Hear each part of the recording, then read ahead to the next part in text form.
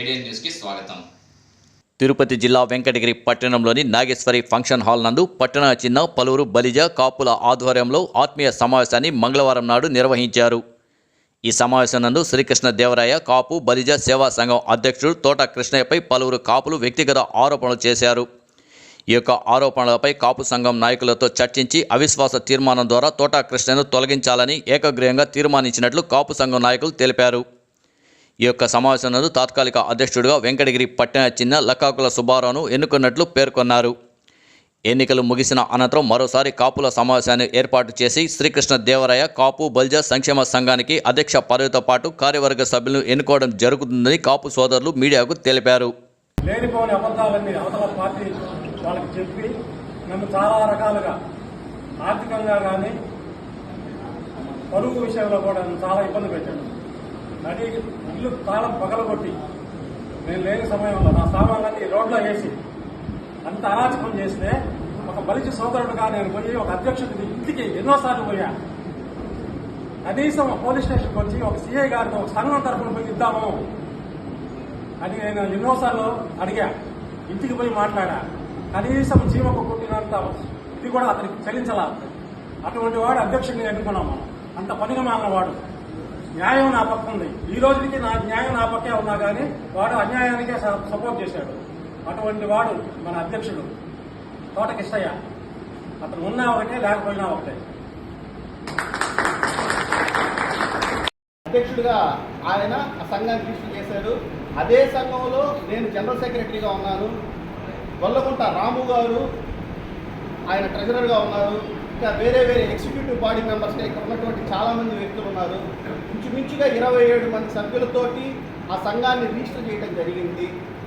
Register అయిన రోజు నుంచి ఈ రోజు వరకు జనరల్ సెక్రటరీగా నా దగ్గర ఉండాల్సినటువంటి పుస్తకాలు ఇప్పటికీ నాకు ఒక్కటి కూడా ఇవ్వలేదు. దానికి సంబంధించిన బైలా కావచ్చు, అలాగే ఏంటంటే రిజిస్ట్రేషన్ తాలూకా రిజిస్ట్రేషన్ ఫామ్స్ కావచ్చు, అలాగే అన్నిటికంటే ముఖ్యంగా నీడ్స్ బుక్ కూడా నా దగ్గర లేదు. ఇది నేను చెప్పడానికి చాలా బాధాకరంగా ఉంది. ఇక్కడ ఉన్నటువంటి మన మిత్రులు, మన సోదరులు నన్ను ఒక ప్రశ్న అడగచ్చు. అయ్యా, ఈ 3 సంవత్సరాలు నేను నిద్రపోతున్నావా, ఈరోజు ఏమైనా పేలుకున్నావా, ఇన్ని రోజుల తర్వాత అడిగామని అడగచ్చు. అది ధర్మం. ఆ ప్రశ్నకి నేను సమాధానం చెప్పాలి. మీరు అడిగిన అడగకపోయినా చెప్పాల్సిన బాధ్యత నా మీద. అనేక పర్యాయాలు నేను నన్ను అడగటం జరిగింది.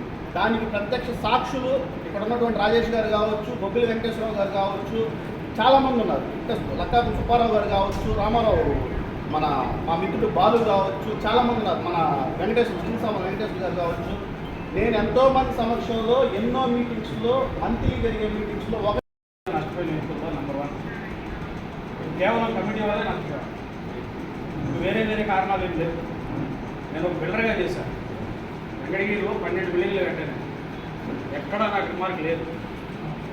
ఒక బిల్డింగ్ దగ్గర మన అధ్యక్షుడు ఎంటర్ అయ్యారు. నీకెందుకు మేము ఉన్నాము సార్. అధ్యక్షుడు ఏంటి? ఎవరు నేను చెప్పండి సార్. ఉన్న అధ్యక్షుడు కాంటాక్ట్ చెప్తే బాగుంటుంది. సైన్యం ఇంట్లో అన్నది అదే కదా. ఎంటర్ అయ్యారు. మేము మీకు సపోర్ట్ చేస్తాము, వ్యాపారం చేయండి అని చెప్పి సపోర్ట్ చేస్తామని చెప్పారు. సరే, మనవాళ్ళు కదా, మన సంఘం మనం సపోర్ట్ చేసి ఇంకా బాగుంటుందని చెప్పి 30 లక్షలతో బిజినెస్ చేశాను. బిజినెస్ పెట్టాను నేను. సుదీప్ ట్రేడర్స్ అని హార్డ్వేర్ షాప్. అందరూ ఒక సెకండ్ వినండి, సైలెంట్గా ఒక సెకండ్ వినండి. ఎందుకంటే నాలాగా నష్టపోవడం సాటి కులస్తుగా చెప్తున్నాను.